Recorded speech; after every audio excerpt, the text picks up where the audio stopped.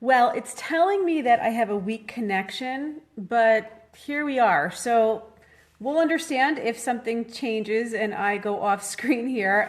It's this stupid Wi-Fi again. It's giving me signals, but it's telling me no. So I'm not going to listen. Here we are. Hi, everyone. It's Wednesday afternoon, and we are live again for some questions and answers. So I'm just going to wait and give it a minute for you guys to join me. I was just sitting here and decided to do it as usual. Not a lot of advance warning, but I know you guys are around. So whoever's with us, jump in and say hi. We have some questions, but truthfully, I would love for you guys to be posting your questions right now in the chat line so that I can answer them live as we are here together. Everybody's starting to pop on here. I see some people coming. So, yes. You have a question for me. Awesome. How did I know that? How did I know that was going to happen? Excellent. So go ahead and post it right there. And I'm going to go ahead and answer some of your questions. And I have a little prize for you too that we will talk about in a few minutes from Even Flow Feeding, my favorite. So who likes prizes? Who would like to win a prize today? It's a good one. It's a great one. It's a little one, but it's a great little one. It's one of those little things that you think, wow, that is just genius. That is just genius. That's what I have for you. So let's go ahead and start answering. Oh, okay. We're already getting some comments here and some questions. So Janie's asking, natural ways to increase supply. Well, let's say this. When you ask me about natural ways, I'm assuming you're talking about non-medication, okay? The number one best way to increase your supply is what? Breastfeeding, okay? So the more that you, and it's actually one of the things I was going to talk about today, so this is perfect. The more that you allow your breast to be full, it's actually opposite of what you normally think. The longer that your breasts stay full, meaning the longer stretches you go between feedings, the less milk your body will produce. It will tell your brain to make less, okay? The more often that you feed, the more often that you feed and the more frequently you empty the breast so that your breasts feel empty all the time, the more milk you're going to make. So it's kind of like counterintuitive to what you think. A lot of moms will say to me, oh, I wait till I'm really full, then I pump, or I wait till I'm really full, then I feed. That's not the way to do it. The way to do it is to just be feeding frequently. So the most natural way, and actually the most effective way, the real way, the only way that will actually work even in addition to all the other things, is to feed frequently according to your baby's cues. Now, that's something that a lot of people don't understand. Like, when is the baby hungry? The baby, you don't want to wait till the baby's crying and, putting the baby off, putting a pacifier in the baby's mouth, waiting till those feedings because it hasn't been 2 or 3 hours or because you're on a schedule and your baby's not.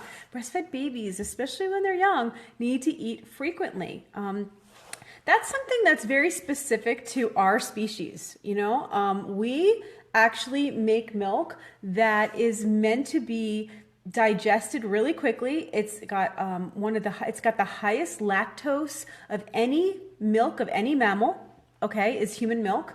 We're feeding our babies brains, and that's why it's so sweet. It's what feeds the brain. And so that milk is meant to be fed frequently.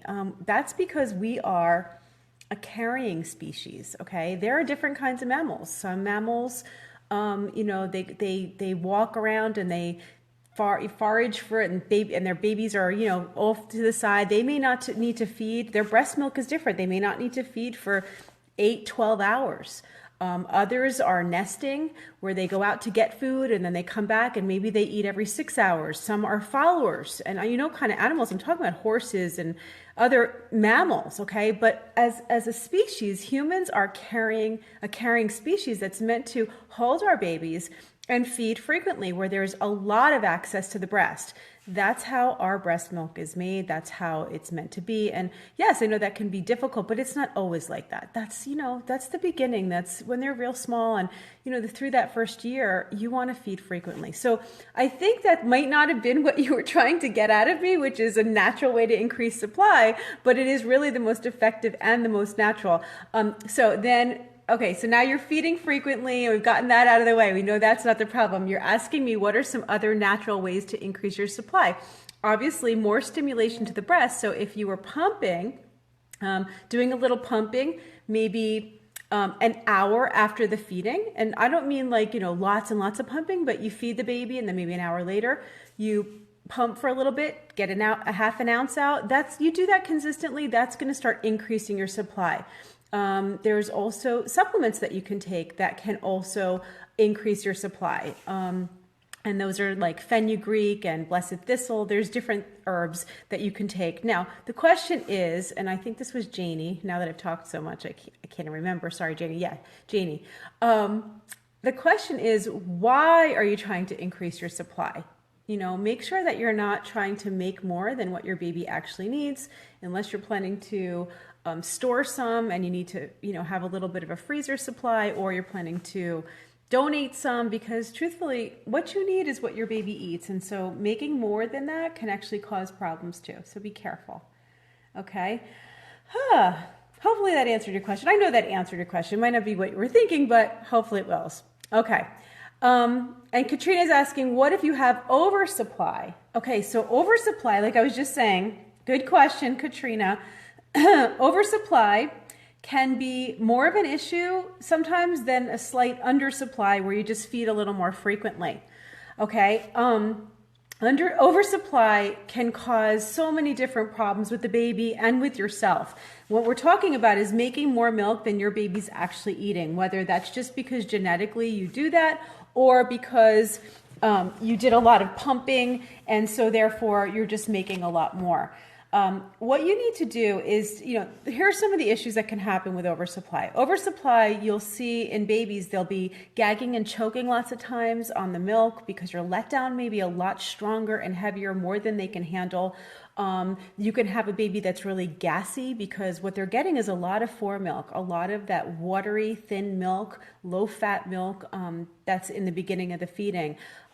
So that can happen with an oversupply. That especially happens when the breast is really full. The baby may be, like I said, gassy. The baby may be not gaining, which is so interesting because you would expect to see the opposite. With an oversupply, you'd be thinking, oh, the baby's going to gain lots of weight. But remember, if you have an oversupply and that milk is really watery, then what's happening is the baby's getting a lot of low-fat, high lactose milk, making them gassy, possibly making their poop green, and at the same time, not giving them all the fat of that nice, rich hind milk. Okay, so those are some of the problems for the baby. As for you, the problems can be, plugged ducts, mastitis. If your breasts are really, really full, it can make it really hard for the baby to latch on. When the breast expands and the skin stretches out, your nipple can really, really flatten. And when that happens, it can be hard to latch the baby deeply. So then they wind up sucking on the tip of the nipple. You could have, raw, cracked nipples from that, and then set yourself up for mastitis and breast infections. So as you can see, oversupply and also just uncomfortable. So oversupply can be a real issue and challenge. One of the things that really works for an oversupply is make sure that you're not doing a lot of extra pumping. I've heard some really bad advice from doctors, nurses, other people who will say, feed your baby. They'll send you home from the hospital and say, feed your baby and then pump out the rest. Feed your baby and then empty the breast with the pump. That is not the right advice. And that's just this fear of not making enough, where the body really will adjust to what the baby needs. Okay, so if you start pumping, you're really going to screw around with that. All right, so say you've already done that. Now you're trying to decrease your supply a little bit. Some ways to do that is, one, it's something called block feeding. where you are going to feed on, well, first of all, you can feed on one breast at a time, and alternate sides, especially in the beginning with that initial engorgement, feeding on one side for the whole feeding, feeding on the next side for the second feeding. That's going to start to slowly decrease your supply, and at the same time give the baby more hind milk instead of all that fore milk, okay? But then block feeding is also sticking with the same breast for a couple of feedings, and then just pumping a little bit off the other one just to be comfortable, and then switching back to the other side. So you're kind of doing 2 or 3 feedings, just pumping the other side slightly to keep decreasing it, and then switching and doing the other one. So that can help. You can Google that too, block feeding, and learn how to start decreasing to what you need. If you want to pump a little bit, that's fine. But I always say, and a lot of you guys know this, I always say that when you're trying to build up extra freezer stash, which we're going to talk about in a few minutes, freezer stash, when you're trying to build that up, make sure that you're not doing more, okay, than just what I'm trying, you're not pumping more than 1 extra feeding in a 24-hour period in addition to what your baby eats. Okay, I'm going to repeat that for you guys. So that means if your baby's eating 8 feedings a day, your baby's nursing 8 times a day, or taking 8 bottles if you're exclusively pumping, then no more than 1 extra feeding in addition to that pumped in a 24-hour period. Okay, now that doesn't have to be at one sitting, it just means 1 extra feeding. That feeding is somewhere usually between 2 ounces, 3 ounces, or 4 ounces, depending on how old the baby is, but no more than that. You can do that, you know, 1 ounce here and then 1 ounce there, and then throughout the day collect up 3 ounces and you've got your 1 extra feeding. Don't do more than that, or you can start to stimulate this oversupply issue. It seems like such a little question. What about oversupply? And then look how long it takes me to answer it, because that's the way I roll. I don't answer. That's why I talk. That's why I don't type a lot, because I have a lot to say about these things. How's everybody doing today? You guys doing good? It's gorgeous here. This is like my favorite time of year here on the East Coast. The leaves are starting to turn green, turn different colors, and you know, it's still going to be great in a couple weeks, but it's just that weather where it's like nice and cool. I got Joe over at his desk. Let me just see if you can say hi to Joe. Where's Joe? Oh, he's hiding. Oh, look at, he's hiding. I thought he was working. He's hiding. He doesn't want to be in the background. That's really funny. Okay. That's so funny. You what? He's watching me over there. Okay. Maybe I can turn my screen around. I can show you. I have a beautiful view from my desk. We moved into a new house this couple months ago in June, and I love it here because I have to work obviously at my desk. I'm on the computer all day.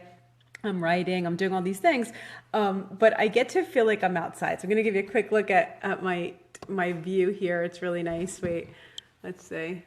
There you go. So that's the view from my desk right there, and then I have my treadmill set up so I could get on and do a little walking, and I'm not going to get Joe in. There he is. Okay, just real quick. Okay, what? I'm being silly. Oh, it's so funny. Okay. So yeah, my phone's I have this really crappy, what's this called? What are these things called? This is called a tripod. Okay, I have a really crappy tripod, and my phone, like out of nowhere, will just fling out of it. So that happened a couple weeks ago, and it kept falling on the floor. Yeah, it's amazing, isn't it? I love it. I feel like I live in the woods now. It's just a fantastic, you know, like sometimes you have views of the mountains and sometimes you have views of the water, or, you know, here we're surrounded by trees, and I feel like I live in the woods. It's very private. So I love it. Yeah. The treadmill is awesome. And I figured out how to hook up my laptop right to it so I can like walk and type and do stuff. I just have to be careful because I can get a little klutzy. So, okay, let me scroll back and see if there's any other questions here. I saw one that, let me see, where I was talking and everything was kind of going by me. Let's see. Okay, Kaylin. Kaylin is asking a question. She says, my little guy is 4 months old. He nurses very well and has a great latch, but my right side is super sore after feedings. No sharp pains, but very sore as he finishes a feeding. Any ideas why? He also seems frustrated while nursing my right side as well, and sometimes will pull away from the breast quickly. We do burp frequently, so I don't believe his frustration is from gas. Okay, I'm getting lots of hearts. I love the hearts. I know that's really corny. I just love it. I feel your love so much when you're doing that. So yeah, keep hearting because it makes me happy. Okay, I love hearts. Okay, so let's see. So Kaylin, he's 4 months old. He's nursing really well, but you've got right-sided pain and sore after feedings. Quick question, Kaylin. When the baby comes off the breast and after the nursing, do you notice a discoloration to your nipple? Does your nipple turn white? Is it blanching really bad? Or are you having any problems with any discoloration of the nipple after the feeding is over? And is it just at the end of the feeding that you're feeling the pain? Because those are going to be some differences from what I would decide on here to answer for you. A couple things that it could be is, one, if after the feedings your baby comes off and you feel a lot of pain on both sides or even one side and the nipple's really white at the tip, like it's kind of blanched, like it almost looks like all the blood's rushed out of the nipple, that's something like a vasoconstriction. It's like a Raynaud's syndrome. And what that is just the blood literally is being constricted from the nipple, and that can cause some real pain right afterwards. Blanching, okay, Laura's asking, what is blanching? Blanching is when something turns white. So in other words, like if you cut off the supply to, and the blood comes out of it, it gets white, and that will happen to your nipple with Raynaud's. So if that is the case and you're seeing that, try having like warm compresses, and it's dry heat. You want to use dry heat, and then as soon as the baby comes off the nipple, put the heat right onto your nipples and hold it there for a few minutes. That should help to get the blood flow and the circulation back to the nipple, and that may help in what's happening. That's for one particular case. The other situation, which I'm kind of thinking because it's one side and not the other, it's 4 months already, you didn't say anything about a blanching nipple. I'm kind of thinking maybe one breast is always more of the producer and the other side is always less. Not most of the time that's the case, and for most moms you might not even notice it because obviously you're just not seeing the difference, but for a lot of people you'll really notice that one side may be making twice as much as the other. Does anybody have that? Is anybody experiencing that where you're making a lot more on one side than the other? Because that's so common. I had that completely. My right side made twice as much milk as my left side. And actually, that picture that I posted today, I just found it. I was like, I'm going to put this up. That picture where I was announcing the Q&A, that was actually a picture of me nursing Jade. And if you notice in that picture, Jade's turning 15 in January, but that was a picture of me nursing her. And if you notice that picture, I'm nursing on the right side. Why? Because that's the only side she would nurse on. Seriously, she didn't even want the left side after a few months. And that was all right. I just stopped fighting her. And I nursed her exclusively on one breast. So, that was how different it was. With Talia, she didn't care. She nursed on both. She would take in anything, milk or no milk. But Jade, that was one side. And so it could be that the side that makes less, okay, you're saying to me that your nipple is turning colors. What did you say? And purple sometimes too. I do think my left is the major producer. So the left side is the side that's hurting. I got to go all the way back here to remember now what you said. It's that kind of day. Everybody bear with me here. Okay, let's see. My side is super, your right side. Okay, so your left side's the producer. The right side is what's hurting. That makes sense because if the baby's not getting enough and getting frustrated with that left side, the right side where it hurts, he could be really clamping down on that nipple, and that may be what's happening, okay? So a lot of really hard sucking, a lot of clamping or gumming down on the nipple is gonna obviously cause your nipple to be really sore. What I would suggest is that, and this is what I say when you have one side that really is the producer side, meaning the side that makes more milk, is like the meal, okay? Think of it like that. Like that's the main meal. And then the other side, the side that makes less, is like the appetizer or the dessert. Okay. Now you can have a meal without an appetizer or a dessert, but you can't just eat the dessert and you can't just eat the appetizer. So what that means is if you start on the side that is making less, you do that for a short period of time. When it starts to sound like he's not really swallowing frequently, take him off. It may be quick because there may not be as much on that side. Take him off. That was his appetizer. Put him on for the meal, okay? And you'll probably see that he's gulping a lot more on the other side. He's drinking faster. Let him eat on the side that has the main amount of milk. Or if you start on the side with more milk and you finish that side, you can always go for dessert. All right, does that make sense to you guys? I always feel like that analogy kind of helps to understand that one side's just not going to be the main meal. One side's going to be just that extra, either in the beginning of the feeding or after the feeding. But you're going to always have to feed from the side that's making more. She's saying that's exactly what he's doing. Yeah, that's what it sounds like. Because typically, Raynaud's, what we were talking about with the blanching and the vasoconstriction, that's typically both sides because that's not like something to do with the way the baby's eating. That has to do more with your, reactions to the feedings in general. All right, great. Awesome. Do you guys want to see what the prize is for today? How about I give you a little hint here? Not a hint. I'm going to actually show you what it is. Such a good hint. This is what it is. Okay, so what I want to show you guys is something that I've shown you before, but I love it so much, okay?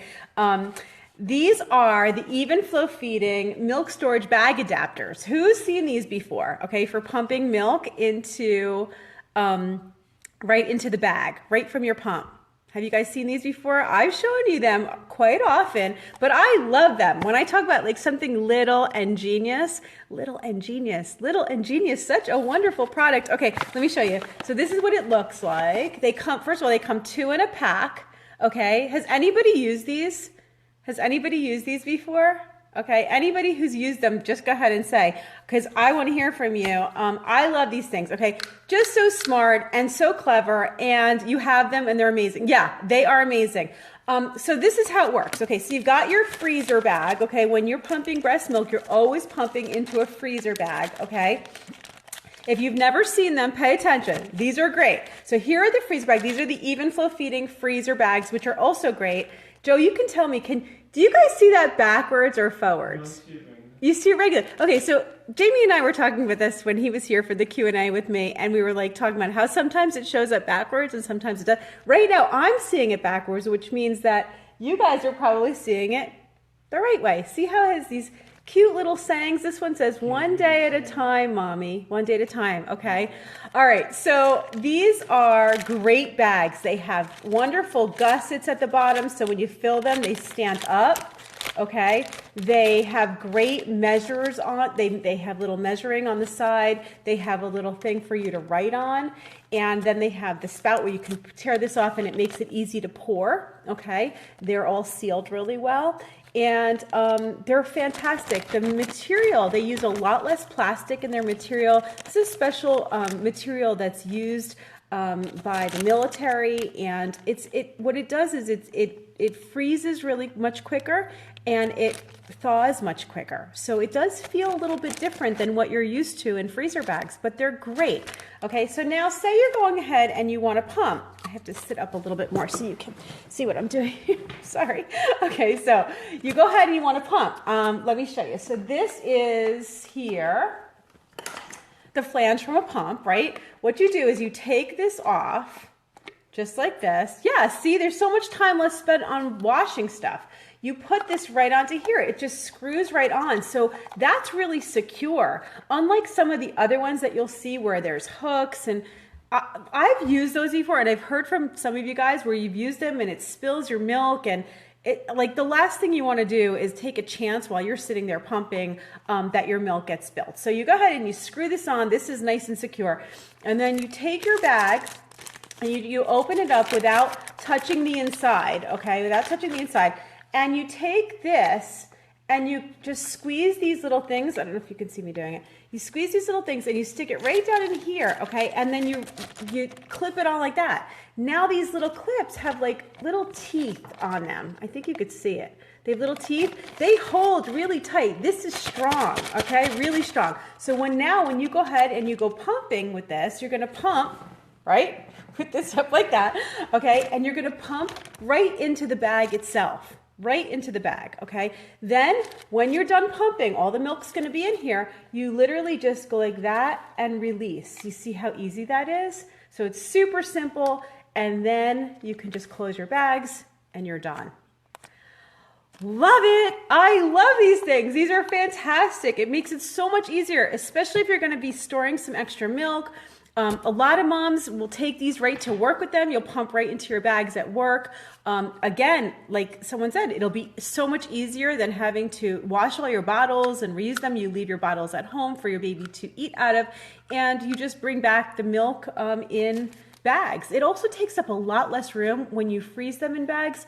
Or store them in bags to transport them in a cooler. You can transport a lot more in a cooler when they're in bags laying flat. So yeah, those are the milk storage bag adapters, okay, by Even Flow Feeding. Yay. Yay. Hi, Samantha. Yes, I'm here. Okay. And so some people have also asked me, can these be used with other pumps? And the answer is yes. Okay. So if you have it, depends. That's actually a depends answer. The answer is that if you have a pump where the bottle, like the bottle neck, is a standard size, then yes, it will work the same way. Okay. Not all of the bottles, not all of the pumps are standard size. I know the Spectras are not standard, so that's not going to work with that, but it will work on the majority of the pumps out there. You guys like? Yeah? Someone's going to win a pack of these storage bag adapters and also a box of storage bags to go with it, okay? So all you have to do if you want to win is make sure you like or love, because I like the hearts. You can love or like this post. All right, this particular live stream, and then make sure you comment here and we will randomly pick someone, and then I will announce it, and then we'll get your information and it'll be sent right out to you. Okay, excellent, excellent. Was there any other questions before we sign off? Oh, let me tell you about something else we're gonna be doing. So I told you the other day, yes, hearts, told you the other day that Joe and I, makes me laugh. Joe and I are going to Las Vegas in 2 weeks to the ABC show. So we'll be there with like all of our favorite friends from Even Flow Feeding and Earth Mama Angel Baby and Naturepedic, Lullaby Earth, Back Buddy, Laura from Back Buddy. Everybody's going to be there, including like everybody else in the industry, Jamie and all of our friends. Okay. So we get to go and then meet with all of the different products and manufacturers and do some interviews with them and do some live giveaways. And I'll be doing a ton of live streaming. This is 2 weeks from now. I can't believe it. Yeah, 2 weeks from now, we'll be there for the whole week, okay? So I want you guys to put that down on your calendar because we got some great stuff going on for that week. Be a whole bunch of giveaways and stuff going on. I'm going to be doing a live stream this Friday night with Earth Mama Angel Baby. They've got a great new product, Milk to Go, okay? So I'm gonna be giving one of those away on Friday night, and we'll be talking about it and doing some live fun stuff as we always do here. So if you left questions for me and I didn't get to it, I will go through these, okay? And then if you want to come back on, I'll answer them. But we'll be posting a little announcement for that. And if I didn't answer your question here, just leave it on that thread, okay? Leave it on that thread, and then I can see it ahead of time, and I promise I'll answer it. I just, it's hard for me to see it as we're going along here. So let me see if there's any, if I scroll back here, if I can see if there's any.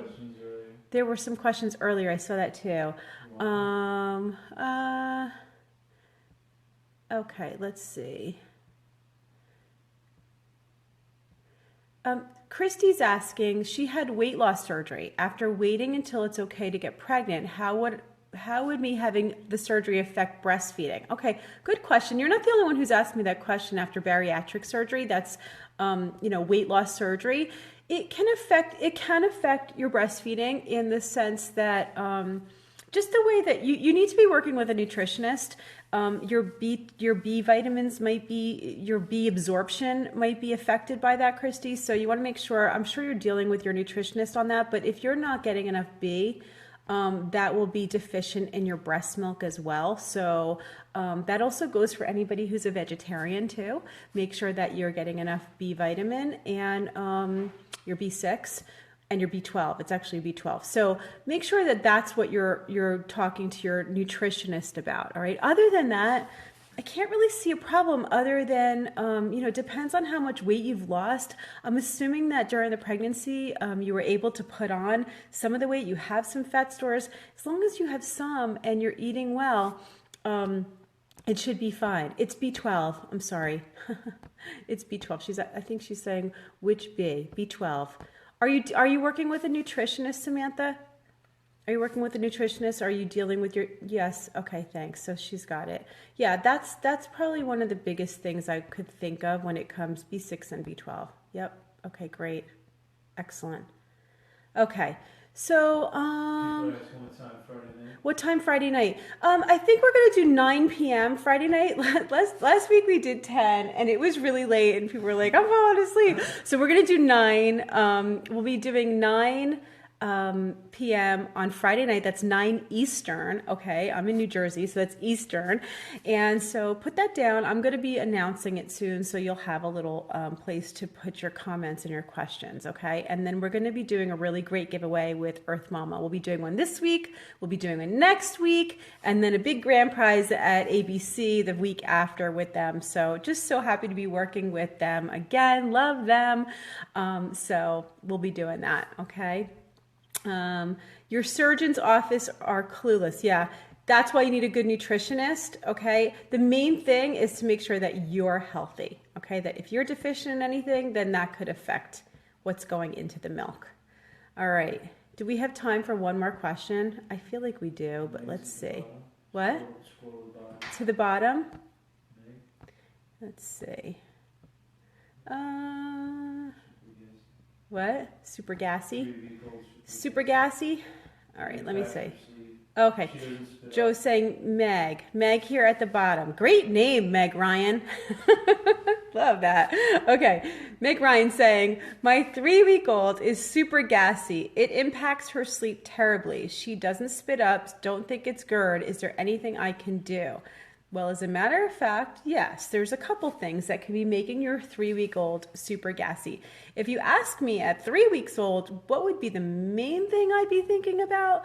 Number one thought would be what we talked about before, which is oversupply from your engorgement. Okay, so if the baby's really gassy, the baby's 3 weeks old, I'm assuming you're still pretty full. The number one thing I would consider right now is that the baby's just getting a lot of formilk, okay? Remember, formilk is the milk that initially comes out of the breast when the breast is extra full. Okay, so it may be those first feedings in the morning when your breast is really full, or after delivery, those first couple weeks when your breasts are full all the time.